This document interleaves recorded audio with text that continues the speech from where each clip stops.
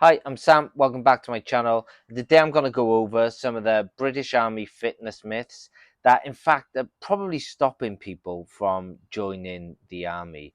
So when you take a look at things, you haven't got to be as calisthenically strong as this guy. And you haven't got to be able to run as far and as fast as this guy. And of course, you have not got to be as strong as this guy, which incidentally is like my favorite strongman of all time. He's 50 in this video.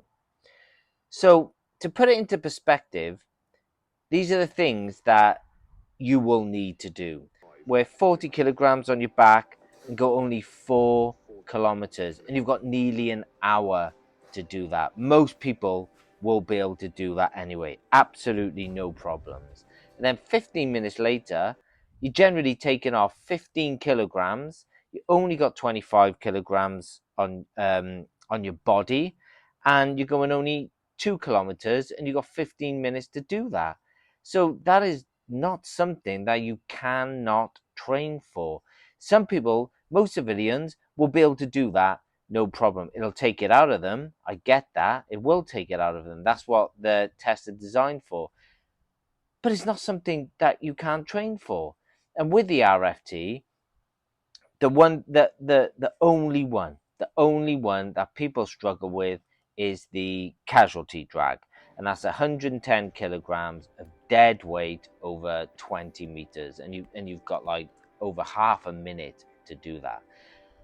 Now people do struggle with that because they've got no lower limb endurance. I am telling you, that's all you need. You just need that first big pull on that drag. So as long as you're working your quads and just doing some squats and getting lower limb endurance and lower limb strength, you'll be absolutely fine with it.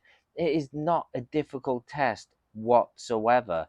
So if you think fitness is stopping you from joining the British Army, no way. It is definitely something that you can work towards. And I know a lot of people struggle with the bleep test. That is something you can work towards as well. I'm not going to harp on that. I've got a whole playlist for the bleep test, and that is something you can certainly easily get fit for, just watching your diet and doing some fizz. And it's exactly the same with the RFT as well. That is something you can train for, and it should not be stopping you from joining the British Army. These tests are not difficult for a human being.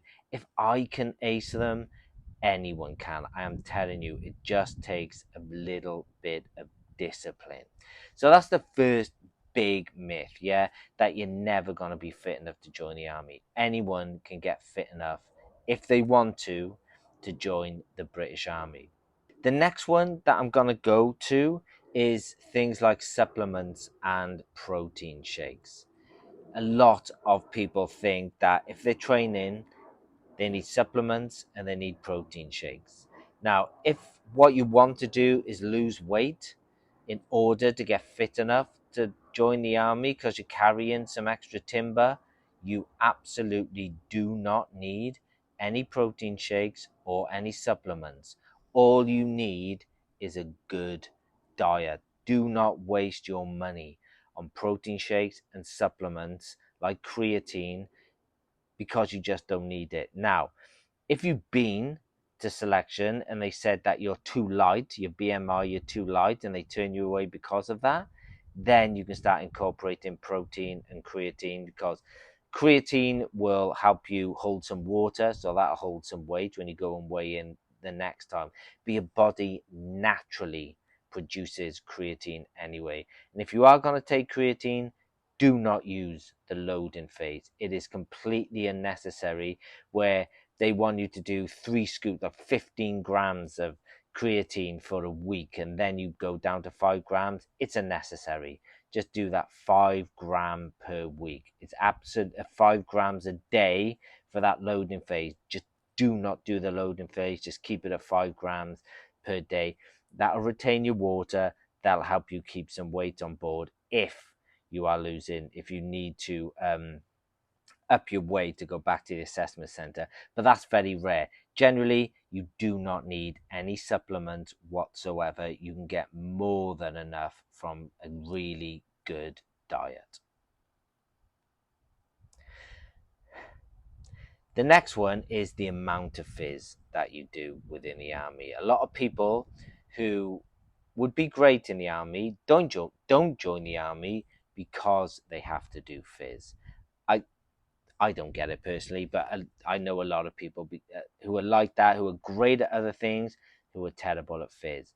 But you need to keep a certain level of physical fitness in order to pass these tests.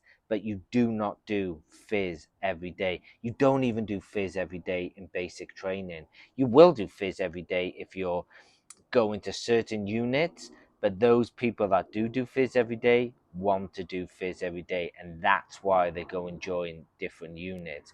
However, if you're one of those people that don't want to do fizz every day, you just want to get in, pass the test, and then leave it at that, that's fine, because you don't. Some units might do fizz twice a week, and that is absolutely it.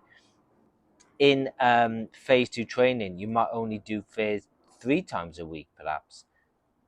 No problem. So don't worry about the amount of fizz that you actually do.